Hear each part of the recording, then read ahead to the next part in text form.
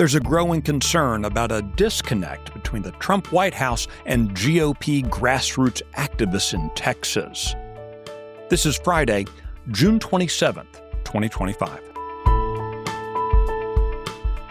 Texas Scorecard presents the day's first news for the Lone Star State.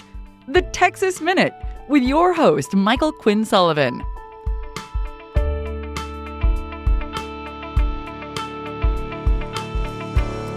Welcome into Friday. It looks like it's going to be a beautiful weekend around the state, but as you start the end of your week, let's get into today's news.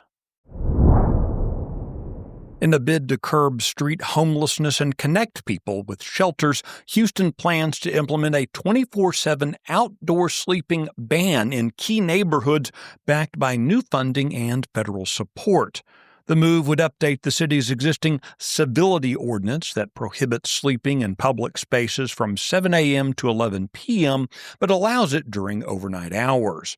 While the new policy is expected to improve neighborhood appearance and safety, city officials are emphasizing that the ultimate goal is to help individuals experiencing homelessness to move off the streets and into safer environments.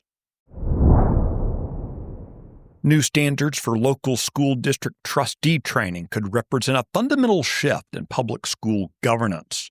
If approved, the new emphasis will be on elected officials' responsibilities to families and taxpayers. Among other things, state law tasks the elected members of the State Board of Education with providing trustee training and adopting a framework for continuing education that outlines critical governing performance areas for public school boards. Currently, trustees are instructed to govern in tandem with superintendents as a so-called team of 8, with trustees frequently told that their responsibility is to the district as an entity and not to constituents.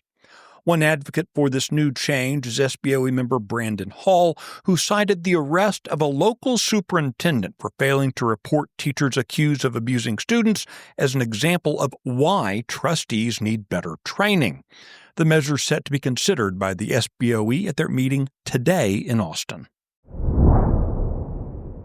Texas's colleges and universities are being told they must identify which of their enrollees are illegal aliens and start charging them higher rates. Students in the country illegally have nonetheless been paying discounted in-state tuition rates in Texas because of a 2001 law championed by former Governor Rick Perry called the Texas Dream Act. Now, those illegal aliens must start paying the full cost of their tuition beginning this coming fall semester. You see, under federal law, states cannot offer benefits such as reduced tuition that aren't available to all U.S. citizens regardless of their state of residence. This new instruction from the Texas Higher Education Coordinating Board follows a court order agreed to earlier this month by the Trump administration and Attorney General Ken Paxton, committing Texas to immediately ending this benefit for illegal aliens. It's worth noting that research from the Alliance on Higher Education and Immigration found that in August 2024, there were 57,000 illegal aliens enrolled in Texas's colleges and universities. The Texas Minute will be right back. Why get your news from people who don't share your values? Get news stories from Texas Scorecard. We provide real news for real Texans. Go to TexasScorecard.com today.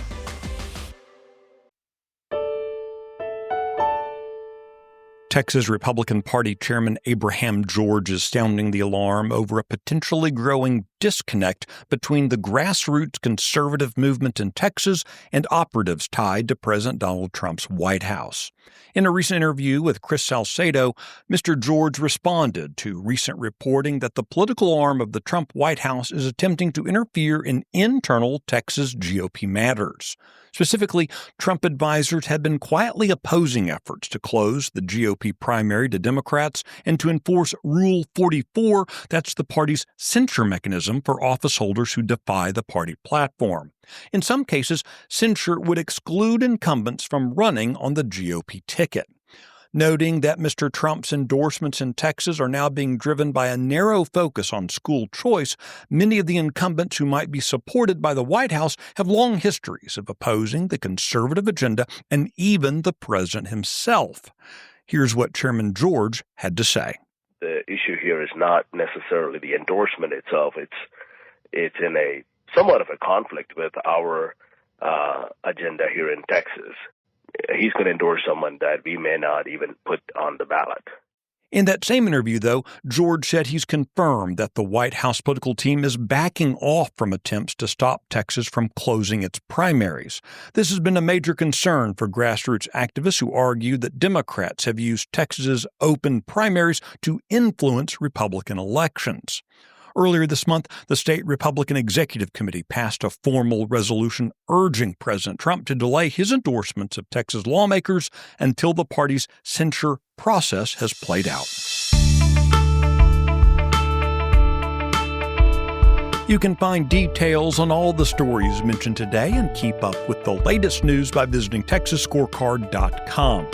This edition of the Texas Minute was based on the original reporting of Michael Wilson, Aaron Anderson, Luca Cacciatore, and Brandon Waltons. It was produced by Nick Shepard. I look forward to seeing you out around the Lone Star State. Have a great weekend.